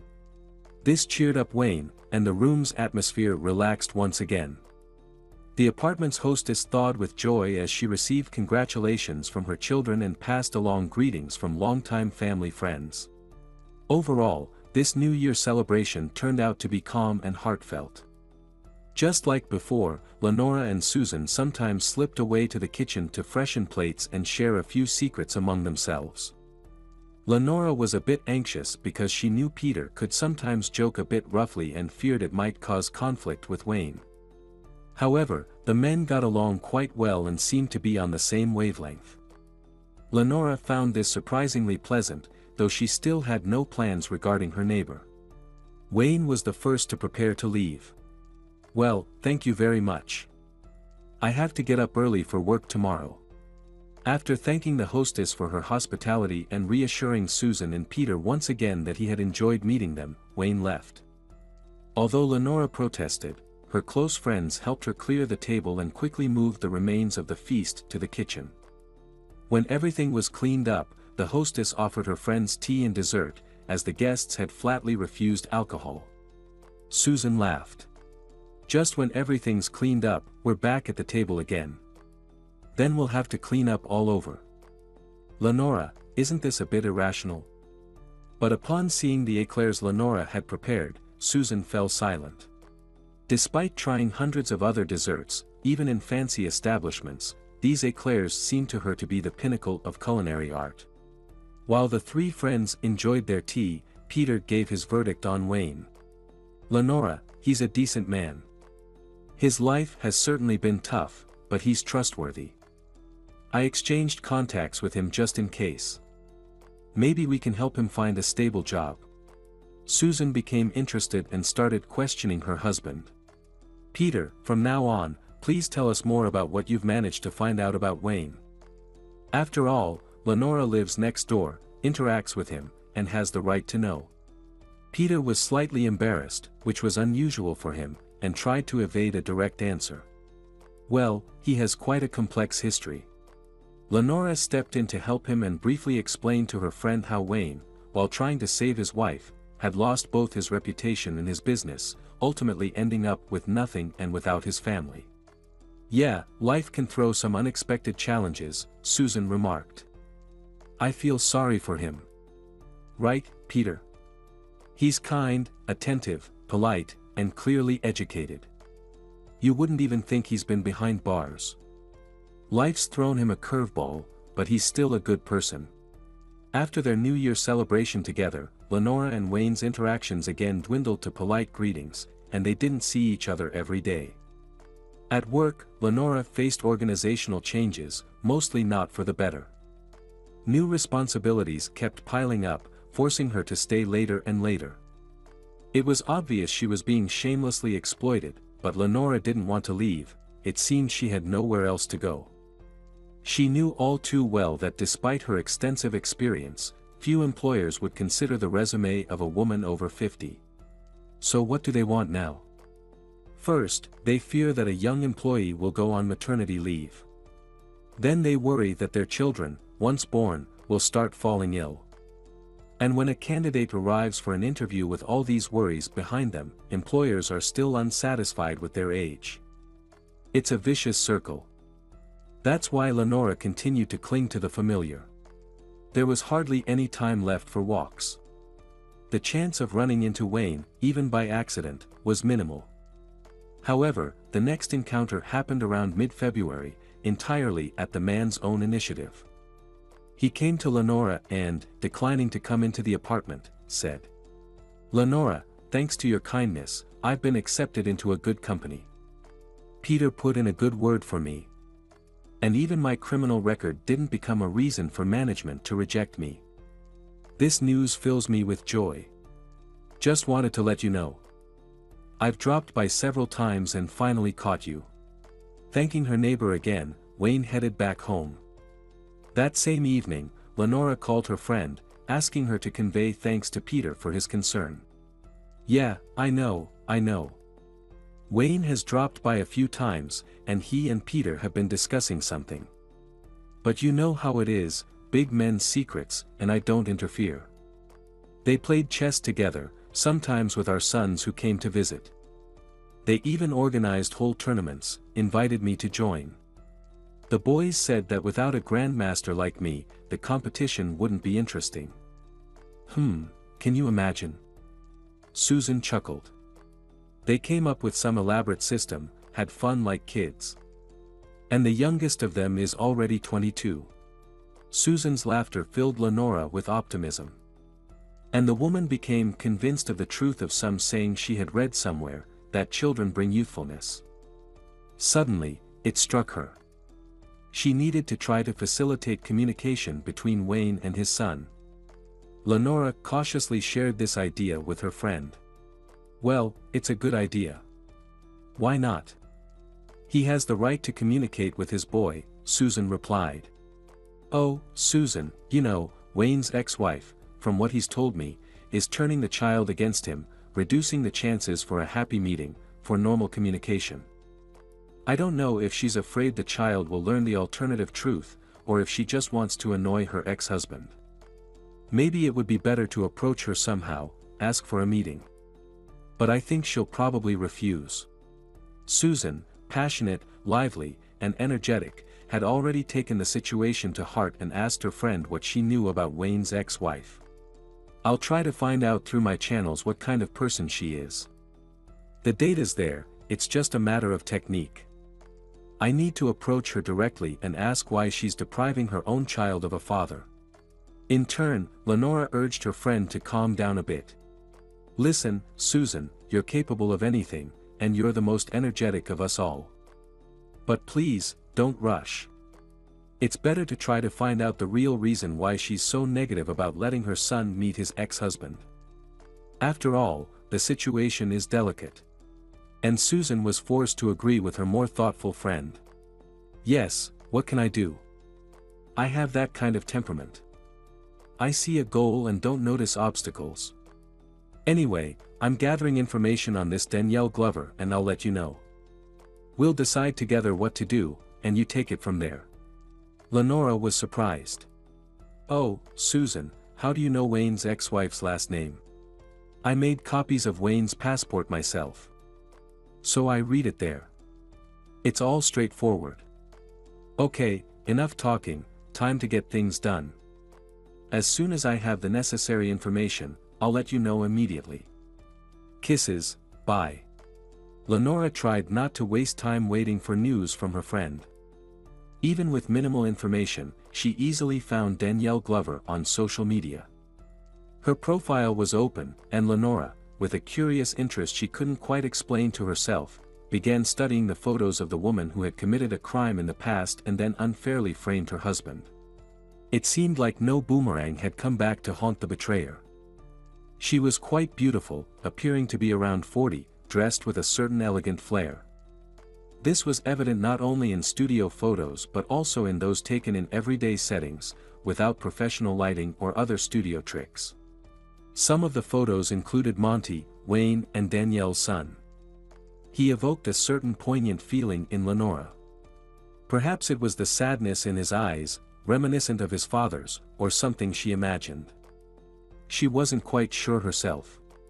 Lenora felt even more compelled to help the two family members reconnect. However, she held herself back. I need to wait and see what Susan manages to find out. Only then should I devise a plan. She had to wait nearly a week for information on Danielle. The results were disheartening. Susan dropped by without her husband and said, "So, friend, this Danielle is quite a piece of work. She manages her business well but doesn't tolerate employees with fines. Of course, people who feel wronged by being fired, even if rightfully so, can be biased. Overall, they say Danielle is arrogant and haughty. There was a man here in our town who seemed to be planning a wedding with her, but he gracefully declined. Now this lady is alone, bitter towards the whole world. I'm afraid Danielle definitely won't allow Wayne to meet his son. Quite the opposite, she'll do everything to ensure that meeting never happens. I feel sorry for the boy too. I checked up on him as well. His behavior is normal, not an outcast but not a leader either. He's doing well in school." Lenora said thoughtfully. "So we'll have to work around the mother." Susan agreed. "Yeah, looks like it. There's no way to reason with her." She gave Lenora Monty's school and class number. Although the goal seemed noble, Lenora wasn't entirely confident in the rightness of her decision. Feeling anxious about meddling in what wasn't her business, Lenora took a day off from work and went to the school where Wayne's son studied. Before the entrance, about 10 people were standing, waiting for their children. Lenora had a strange feeling as if she were there illegally. She feared someone would approach and ask whom she was waiting for and how she'd explain herself. "I should have thought of something before this adventure," she repeated desperately to herself. The parents who had come to pick up their children left the schoolyard after their kids emerged. Apparently, Monty had more classes, or Lenora dreaded the thought, he might be ill. This moment was another weak link in her plan. But it was too late to turn back. Lenora decided to wait a little longer before leaving. At some point, Monty appeared on the porch with a group of other teenagers. Lenora recognized him immediately and waited until he was near her before asking, "Monty Glover?" The teenager looked surprised but nodded. "Monty, could you spare a few minutes for me? I want to talk about your dad. He really misses you." The boy stopped and, gesturing to his friends that everything was fine, glanced at the woman somewhat guardedly. "If he missed me, he wouldn't have left me and Mom," he said quietly. The boy immediately called out to his classmates who hadn't gone far yet. Lenora sadly watched as the group moved away. She then slowly made her way towards the bus stop. She noticed in the boy's eyes, the same blue-gray as his father's, a sadness that Monty was suffering, not contempt. This meant there was still a chance to bridge the gap between them. Several days later, Lenora decided to meet Monty again after school. But this time, she stood not directly in front of the school porch, but a little further away, beyond the school gates. This time, she managed to have a conversation with him. "I recognize you," Monty said, approaching Lenora. "You approached me recently and wanted to tell me something about my dad." Lenora nodded. "Yes. Let's go to the pastry shop. It's just nearby." It'll be more comfortable to talk there. Monty agreed but warned. Okay, but only for a short while. I still need to make it to the chess club. Lenora wanted to buy pastries and hot drinks for both herself and the boy, but when she asked what he would like, Monty declined everything. Excuse me, I'm not hungry. So go ahead, tell me what you wanted to say, and then I'll run off. Trying to speak gently but persuasively, Lenora began one of the most difficult conversations of her life. Monty, my name is Lenora, and your dad lives next door to me. You know, he loves you very much and wants to spend time with you. I understand you listen to your mom, and that's how it should be. But just because your parents are divorced doesn't mean you should deprive yourself of time with your dad. I think you'll agree with me that spending time with your father is a good thing, it's beneficial. Your dad is a wonderful person. And it would be right for you to at least meet with him. Lenora understood that if Monty hadn't been interested in the topic of conversation, he would have left long ago. But since he was still sitting across from her at an empty table, listening, she continued. Your mom is absolutely right to teach you about safety rules. You know, I'm not insisting that you go anywhere, like into someone's apartment. Take this pastry shop, for instance. There are always people around here. It's safe. Sit down, talk to him. I'm sure you have a lot of news to share with your dad. What are your hobbies? What do you love? What are your dreams? And unexpectedly, the teenager confessed. I would like to see my dad, but my mom says it's pointless. She insists that I stay away from someone like him. Usually, in these conversations, I just nod, agree with mom, not because I believe it, but because I don't want to upset her. Realizing that this admission was almost a breakthrough, Lenora took out a carefully prepared piece of paper from her pocket and handed it to her young conversation partner. Monty, whenever you decide, call and let him know where and when you can meet. I'm sure your dad will agree to any option you suggest. And thank you for listening to me. The teenager tucked the paper into his backpack and hurriedly said goodbye, almost running out of the pastry shop. Lenora sighed. The conversation had been difficult, and she still had to decide whether to tell Wayne about her initiative or let him think his son had decided on his own to reconnect. Mentally scolding herself for meddling in other people's affairs, she hurried off to work. Back at the office, things were quite unsettled, and a barrage of problems awaited Lenora's return that demanded her immediate attention. She had no time left to contemplate the ethics of talking to an underage child without his legal guardians present. In the evening, Lenora finally went up to Wayne's door to warn him that his son might call. But no one answered the door, and his phone went unanswered too. With a heavy heart, Lenora went home. Lenora changed into her housecoat and frowned. Ever since Rick left, she had wanted to buy herself a comfortable tracksuit for lounging at home, but she continued to wear the robe given to her by her estranged husband. Taking off the uncomfortable attire, Lenora put on the first dress she found, which happened to be one of her best festive dresses. As she twirled in front of the mirror, she noticed the dress didn't fit quite right and her hair looked dull. However, those were not her most pressing concerns.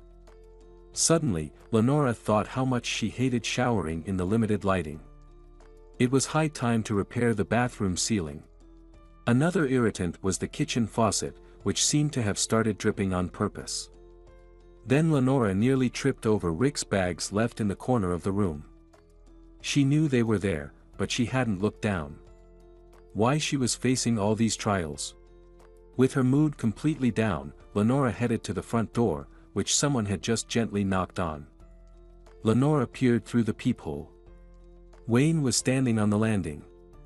As she opened the door, she prepared herself to justify her unauthorized conversation with Monty. But instead of reproaches, she was greeted with a beautiful bouquet and a cake.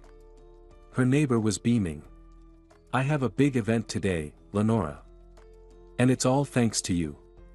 Please accept these as a token of gratitude. If not for you, I don't know if I would have ever talked to Monty. Lenora was delighted. So, all her efforts had not been in vain. Lenora smiled. You know, I have a sweet tooth, but I doubt I can handle such a huge cake. Come in, let's celebrate this event together. They settled in the kitchen. I couldn't believe it when I heard, "Hello, Dad," on the phone. Wayne began his story. I even thought it was a prank. Luckily, I didn't hang up. It was really my Monty. He suggested we meet, and we agreed to meet at a cafe near his place, together with his mom. Can you imagine, Danielle was there too. She was very nervous and only relaxed after I suggested forgetting the past and starting anew. When Monty was away, Danielle dropped her facade of goodwill, warning that if I ever start fighting for the business or for the child, she'll destroy me. It seems she has some connections. Of course, it wasn't pleasant to hear such things from a woman I once loved and trusted. Anyway, I promised not to make any claims, as long as she doesn't interfere with my relationship with our son. That's where we left it. Overall, Lenora, our interaction went quite well. Lenora was cutting the cake and starting to serve slices onto plates when she heard a grating noise from the door lock, as if someone was trying to open it with the wrong key. The only person who could come home to her apartment like this was her husband. Except Rick didn't know she had changed the lock. "Oh, that's my ex," Lenora explained to her guest, then loudly, though she knew Rick probably couldn't hear her, "Hold on, I'll open it, or you'll break the lock." Lenora hurried to the door, but she had to repeat the phrase several times before the persistent Rick stopped. She carefully opened the door. "What do you want?" Lenora asked. Rick, twirling his keys on his fingers, smirked. "Taking precautions? Did you think I'd come in to grab my things and take something extra while you're away? No way. We'll split everything fairly. I hope without extra emotions and arguments. We won't stoop to lawsuits, right? We're civilized people, aren't we?" Without waiting for an invitation, Rick stepped over the threshold of the apartment, noticing another man's shoes and giving Lenora a sideways glance. "Oh, I see you're not wasting any time. Didn't think you were like that. You really allow yourself quite a lot." Wayne appeared in the hallway just as Rick launched into a new round of reproaches. Instantly assessing the situation, he didn't bother with niceties, instinctively clenched his fists, and asked Lenora if she needed help. Lenora gestured for Wayne to hold back. "Rick, let's skip the drama. First off, you left me. Secondly, we're getting divorced in 2 weeks, in case you forgot. And thirdly, why did you assume I'd sit here alone, crying over you? Came to pick up your stuff? Fine, take it and leave. But I don't need lectures. You have a woman who's supposed to tolerate that. Let her. I'm done." Lenora went into the room and brought out 2 large travel bags into the hallway. "Here, I packed everything. You can trust me, I don't need your underwear in the house." Rick reminded her there were 2 TVs in the apartment, and one of them belonged to him, to which Lenora calmly waved her hand. "Take them, just write a receipt so there are no unpleasant surprises from you in court." Rick walked into the living room and grabbed the TV. "Alright, get me a pen and paper, since you're being petty. I'll write a receipt." By the way, the microwave was also bought during our marriage. Lenora flared up. "Listen, Rick, don't test my patience, it's not limitless. Take everything you want, whether it's pots, pans, spoons, or forks. They say you only truly know your spouse after a divorce. Write down whatever you want to take in the receipt. Don't worry, I won't fight you." Rick walked into the kitchen to note down the microwave's model. Seeing the flowers and the cake, he couldn't resist a snide remark. "Oh, looks like you're in the honeymoon phase. Well, you can ask your suitor to buy you everything." Wayne's loud and confident voice cut Rick's monologue short. "Listen, just pack your things and leave." "Oh, you're her protector now?" Rick continued, "You might want to lay off the cake, or you'll gain weight." Lenora noticed Wayne already moving toward Rick. "Wayne, I beg you, don't react. Let him say whatever he wants. We'll just have tea." Lenora seated her neighbor so he couldn't reach Rick. When her ex-husband made another sharp comment, she, trying to keep her composure, said, "Rick, if you continue talking like this, you can forget about a peaceful divorce. You know me. You'll be left, if not without a car, then without a garage. And by the way, include the car and garage in the receipt." Lenora's tone signaled to Rick, who had known her for decades, that he had indeed crossed the line. In several trips, Rick carried out all the things he deemed necessary from the apartment where he had once been happy. Lenora, trying to appear serene, meticulously and with exaggerated attention, ate her cake the entire time. Only when the door finally shut, she looked at her guest. Wayne expected anything. Curses aimed at Rick. Tears. Hysteria. But Lenora merely apologized. "I'm so sorry. I ruined a perfectly good evening for you. Wayne, you see, Rick and I have a lot of history together. We shared a lot. To be honest, he was always the main breadwinner. So if he thinks it's fair to take the TV and the microwave, let him. I can earn and buy everything if needed, and those aren't essential items anyway, happiness doesn't lie in them. It's sad, of course, but not because he took the appliances. It's sad that he's lowered himself to the level of a miser in my eyes. After all, we were happy for quite a long time. Wayne, I'm sorry you had to witness this mess." The man, in turn, tried to comfort his neighbor. No, Lenora, nothing can dampen my happiness. I hope things will normalize for you too." Despite their words, an awkwardness lingered in the air. They sat for a while longer, then said their goodbyes. Suddenly, Lenora's daughter called. Claire's voice sounded concerned, and Lenora understood that Rick had called their daughter, complaining about her mother's frivolous behavior. However, the man had underestimated the strength of female solidarity. Claire immediately asked, "Mom, did Dad really stoop to splitting household appliances?" "Mom, please don't worry, Austin and I will send you as much money as you need. Sweetie, don't even think about it. There's no need. Do you think I can't live without a microwave and a second TV? Claire, it's all trivial. Tell me, how are you doing? How's everything going? How's the weather?" And Claire, trying to distract her mom from the unpleasant situation, went into detail about everything. But eventually, her curiosity got the better of her. "Mom, who was that man eating cake in the kitchen? Is there something I don't know about changes in your life?" Lenora laughed.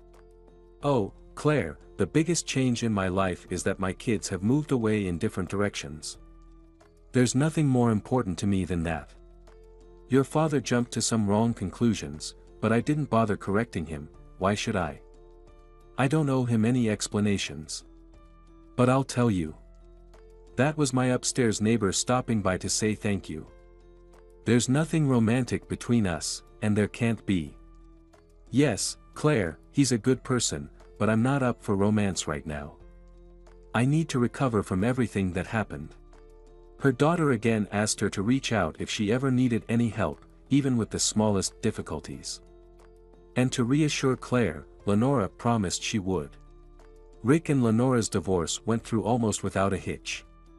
To her great relief, Rick's new girlfriend didn't accompany him for moral support. Rick spoke to Lenora with disdain, but it didn't bother her. Lenora understood that he would have been pleased to see her cry or look upset, so she tried to stay calm. That evening, Susan came over and said right from the door, "All right, get ready, we're going out to have some fun. Peter's waiting downstairs.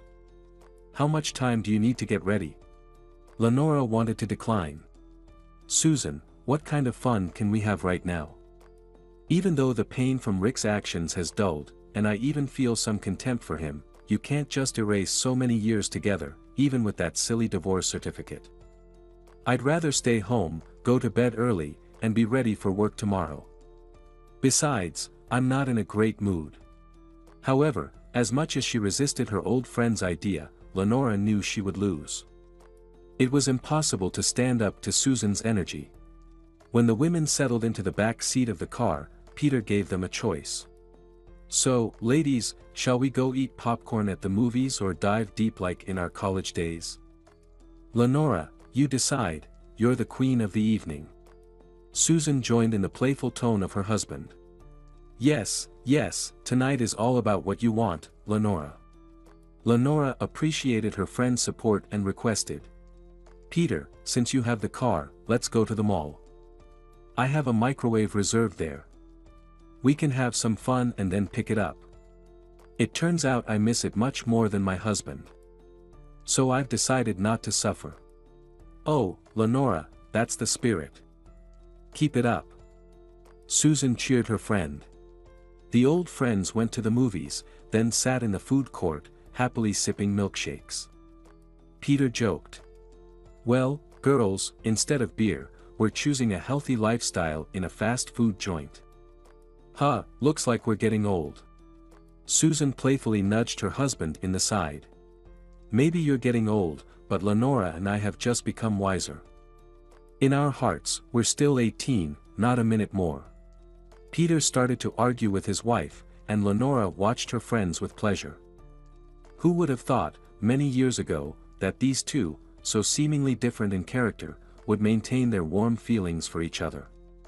Meanwhile, Lenora and Rick, whom everyone considered the perfect couple, ended their love story in a mess of mutual resentment. Time, once again, had judged everyone, and there was no changing that. Lenora observed the people sitting at the neighboring tables. Among them were couples in love, and no one in the world could predict who would break up and who would walk the entire journey of life hand in hand. "Lenora, what are you thinking about?" Susan interrupted her philosophical musings. "If you're tired, let's go get your microwave." Lenora agreed. It was getting late, and it was time to rest after a busy day. The cheerful trio entered the electronics store and ran into Wayne and his son in the sales area. The teenager was holding a gaming console and looked absolutely happy. "If you want, we can give you a ride home," Peter offered. Noticing Wayne's hesitation, Lenora said, "Really, Wayne, come with us." Monty was a bit shy around unfamiliar adults, but remembering that the teenager played chess, Lenora steered the conversation toward a topic he would find interesting. Thus, they spent the journey engaged in pleasant conversation. Wayne didn't accompany his son to the door of the apartment where he lived with his mother, but he got out of the car to see his son wave from the window. "Sigh, why do good people have such bad luck?" Susan sighed and turned to her friend. "Lenora, you should take a closer look at Wayne." Lenora scoffed.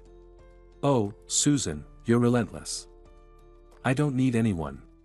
However, after Wayne, Lenora, and her new microwave were dropped off at their building and the couple was alone in the car, Peter unexpectedly supported his wife's conclusion.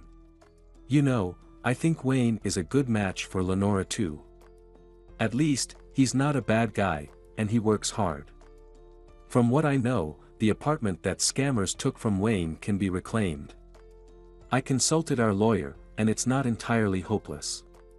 The process will be slow, but I think our boys can help out. After all, there has to be some justice in the world, right?" Susan agreed and, trying not to distract her husband from driving, kissed him on the cheek.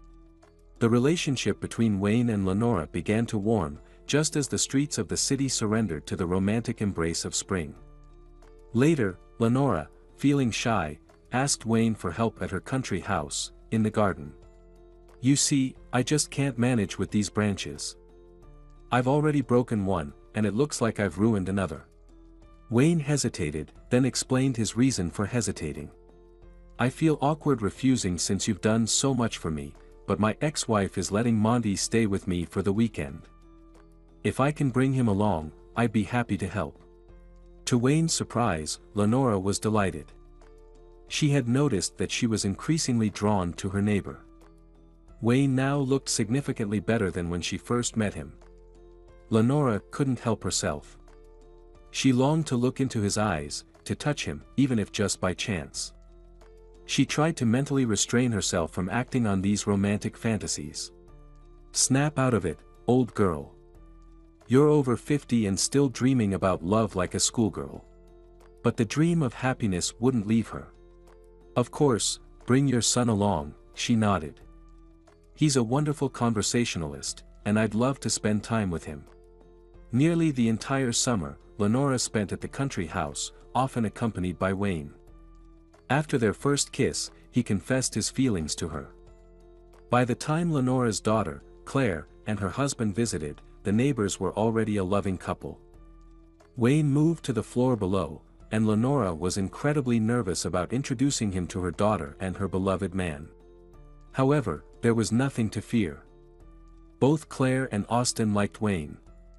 They didn't know his story in detail but sensed that he wouldn't betray or let them down. When Rick met with his daughter, he took on the air of a wounded virtue, criticizing Lenora for finding comfort in the arms of someone unknown. Claire didn't even let her father finish. "Dad, you better focus on your own life and leave Mom alone. She has a right to happiness, you understand?" The year flew by quickly, and Christmas, that magical night, crept up once more. Lenora snuggled closer to Wayne's shoulder. In return, he gently kissed the woman who had become his salvation. Wayne had a fleeting thought, one that echoed Lenora's. "We will never part."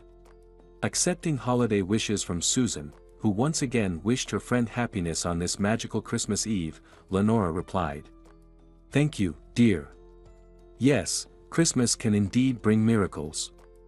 But sometimes, to make them happen, one has to put in some effort. Such is the irony of fate.